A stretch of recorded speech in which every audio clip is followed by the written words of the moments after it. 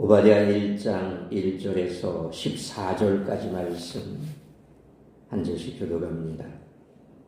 주 여호와께서 에돔에 대하여 이와 같이 말씀하시니라.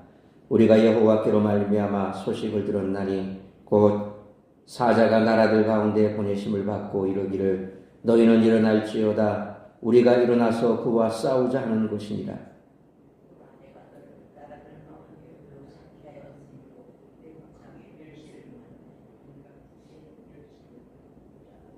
너의 마음의 교만이 너를 속였도다. 바위 틈에 거주하며 높은 곳에 사는 자여, 네가 마음에 이르기를 누가 능히 나를 땅에 끌어내리겠느냐 하니,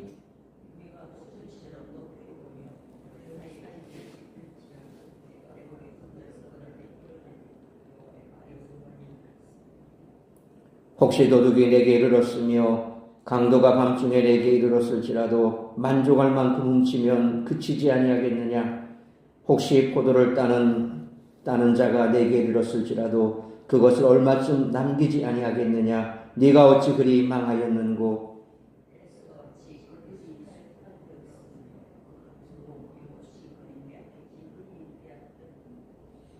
너와 약조한 모든 자들이 다 너를 쫓아 변경에 이르게 하며 너와 화복하던 자들이 너를 속여 이기며 내 먹을 것을 먹는 자들이 내 아래에 함정을 파니 내 마음에 지각이 없음이로다.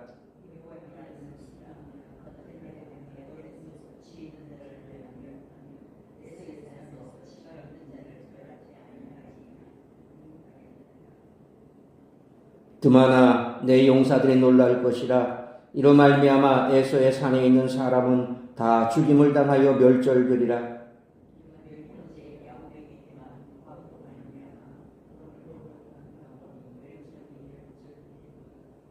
내가 멀리 섰던 날 곧 이방인이 그의 재물을 빼앗아가며 외국인이 그의 성문에 들어가서 예루살렘을 얻기 위하여 제비 뽑던 날에 너도 그들 중 한 사람 같았느니라.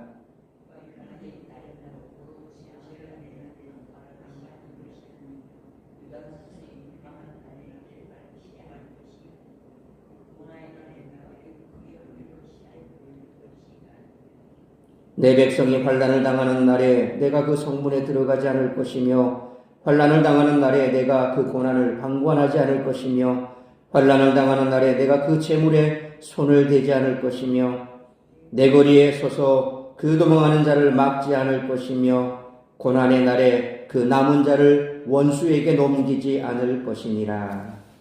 아멘. 선지자 오바댜가 구체적으로 어떤 사람인지 어느 시대에 활동했는지 그 자세한 정보가 성경에 나오지 않습니다. 하지만 예루살렘이 침략당할 때 에돔이 방관했을 뿐 아니라 오히려 유다를 더 괴롭게 만들었는데 이 역사적 경험이 오바댜의 배경이 된다는 것은 내용상 거의 확실합니다. 오바댜서는 미래에 이루어질 공의를 노래합니다. 에돔에는 심판이, 예루살렘에는 승리와 회복이 임할 것을 예언합니다. 따라서 오바댜서는 예루살렘이 바벨론에게 침략당하고 무너진 주전 587년에서 얼마 지나지 않은 시점에 기록된 것으로 보입니다. 오바댜서와 매우 유사한 예언이 예레미야 49장과 에스겔 25장에도 나오기에 신빙성이 있는 내용입니다. 오바댜서는 크게 세 부분으로 나눌 수 있습니다. 첫째로 1절로 9절까지는 에돔의 교만이, 둘째로 10절로 14절까지는 에돔의 잔인함을 말하고, 셋째로 15절로 21절까지는 이스라엘의 승리를 예언합니다. 오늘 본문은 에돔의 교만과 잔인함을 다룹니다. 예레미야 49장 7절로 21절을 함께 읽으면 그 유사함에 매우 놀랄 것입니다. 아마도 에돔을 향한 심판의 메시지는 당시 예언자들 사이에 혹은 폐허가 된 예루살렘에서 치러진 슬픔의 제의 가운데 자주 낭독된 공동 문헌이었을 것입니다. 그만큼 에돔의 배반과 파렴치 않은 탈취는 이스라엘 백성들에게 뼈아픈 고통이었습니다. 그래서 시편 기자는 시편 137편 7절에 여호와여 예루살렘이 멸망하던 날을 기억하시고 에돔 자손을 치소서. 그들의 말이 헐어버리라 헐어버리라 그 기초까지 헐어버리라 하였나이다 라고 고백했던 것을 볼 수 있습니다. 환난을 만난 자를 대하는 태도에서 우리의 성품과 신앙이 드러납니다. 혹시 연약한 사람을 함부로 손가락질하며 그에게 악을 행하고 있지 않은지 우리의 모습을 점검해 보아야 할 것입니다. 따라서 오늘 본문의 말씀을 통해 우리들이 깨달아야 할 것은 첫째로 1절로 4절 말씀처럼 교만한 자는 재앙이 임박해도 깨닫지 못한다는 것입니다. 오바댜의 묵시라는 1절 말씀은 이 선지서의 전체 제목에 해당합니다. 여호와께서는 오바댜 선지자를 통해 에돔의 재앙을 선포하십니다. 에돔은 3절로 4절 말씀처럼 스스로 대단한 나라인 양 행동하면서 지리적인 위치로 인해 자신들은 안전하다고 생각했습니다. 하지만 평안과 안전에 대한 그들의 확신은 헛된 것이었습니다. 그들이 아무리 높은 곳에 있어도 하나님이 그들을 끌어내려 심판하실 것입니다. 여기에도 잠언 16장 18절에 교만은 패망의 선봉이라는 하나님의 말씀의 원리가 그대로 적용됩니다. 바위산이라는 지리적 이점을 이용한 에돔은 지상에서 올라오는 적군은 쉽게 물리칠 수 있었지 모르지만 하나님의 심판까지는 피하지 못했습니다. 하나님은 그들을 2절 말씀처럼 여러 나라들 가운데 작은 나라로 만드시고 멸시받게 하실 것입니다. 실제로 성지순례를 가보면 갈 수도 있고 안 갈 수도 있습니다만 이 에돔이 있었던 그 지역을 유적적으로 페트라라고 부릅니다. 붉은색 이 바위로 이렇게 이루어져 있는 아주 높은 지역인데 거기에 거대한 신전을 바위 자체에 새겨서 그 안에 이렇게 신전을 판 그런 바위산이 있는 그 사이에 이렇게 있는 곳을 갑니다. 이게 페트라라고 하는 유적지입니다. 그런데 성경 말씀 그대로입니다. 아주 높은 곳에 있어 거기에 이 정도의 신전을 건축한 것을 보면 참 대단하다라고 사람들이 감탄합니다. 그런데 아무도 없습니다. 유적밖에 없습니다. 하나님의 말씀 그대로 에돔을 완전히 멸하셨습니다. 흔적만 남아있지 아무것도 남아있지 않다는 것입니다. 그만큼 에돔이 이스라엘 백성들에게 했던 그 죄악, 출애굽부터 시작해서 같은 형제였음에도 불구하고 이스라엘을 괴롭혔던 그들, 마지막 예루살렘이 멸망할 때에도 오늘 나오는 말씀처럼 그들을 노략하고 그리고 오히려 도망가는 자들을 막아서면서까지 괴롭혔던 그들, 하나도 남김없이 하나님은 그들을 멸하셨던 것을 볼 수가 있습니다. 우리는 자신을 대단한 사람이라 착각할 때가 많이 있습니다. 다른 사람과 달리 자신만은 대접받아야 하고 어떤 일이 있어도 실패하지 않으리라고 착각하기도 합니다. 에돔의 모습이 그랬습니다.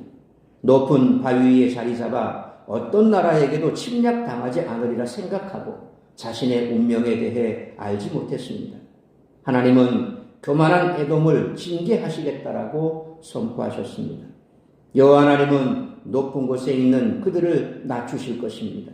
교만한 자의 비극은 재앙이 임했는데도 그것을 눈치채지 못했다는 점입니다. 우리에게도 에돔과 같이 교만한 모습이 없는지 살펴보아야겠습니다.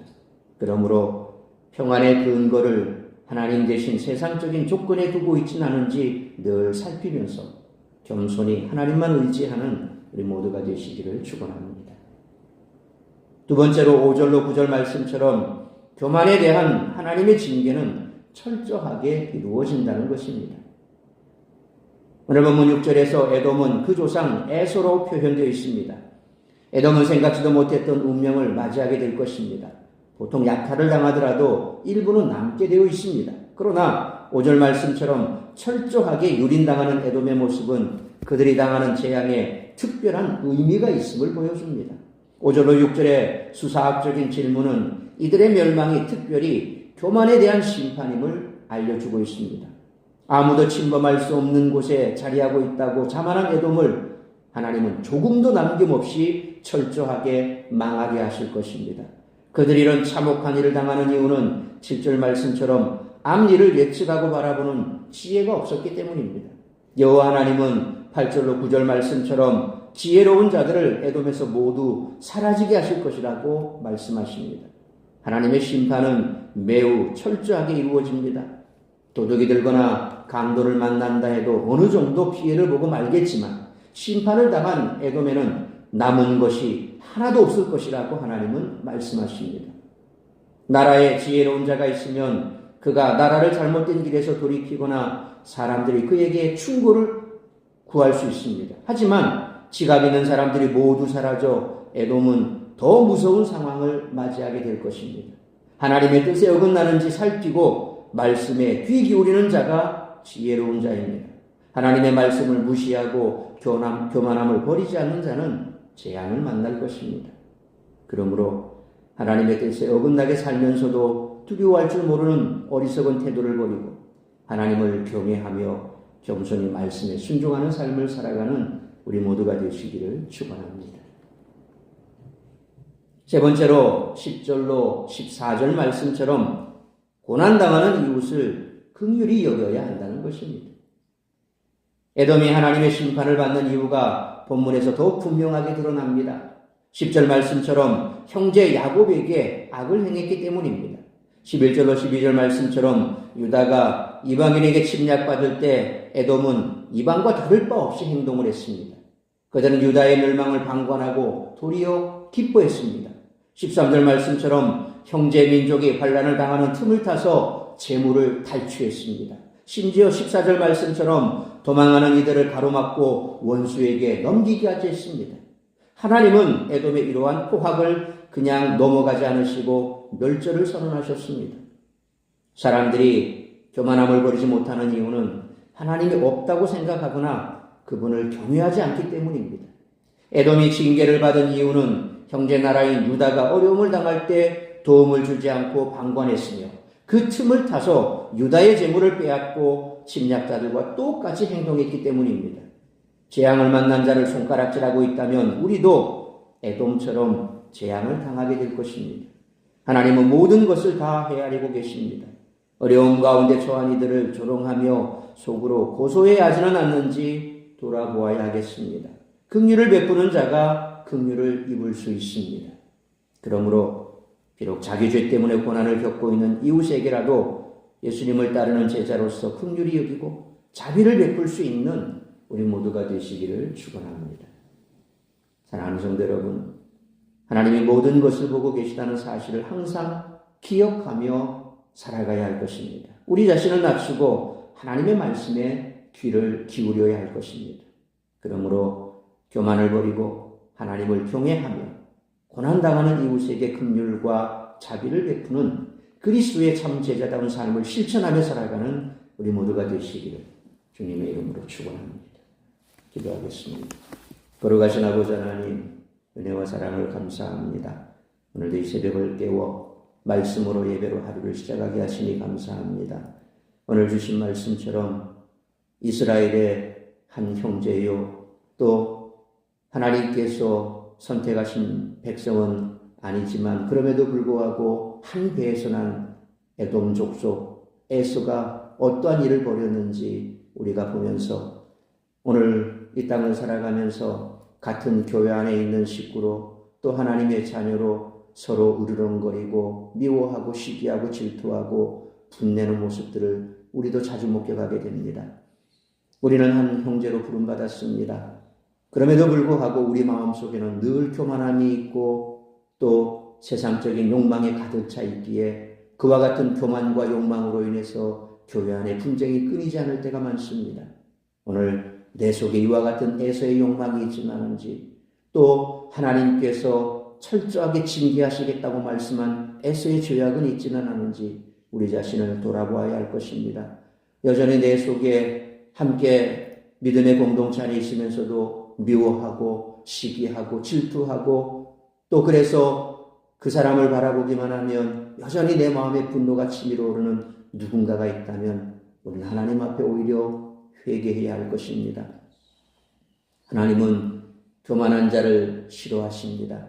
뿐만 아니라 교회 안에 이와 같이 미워하고 분내고 시기하고 질투하는 이런 에서와 같은 마음, 사탄이 움직이는 그런 마음을 하나님은 결코 용납하지 않으십니다.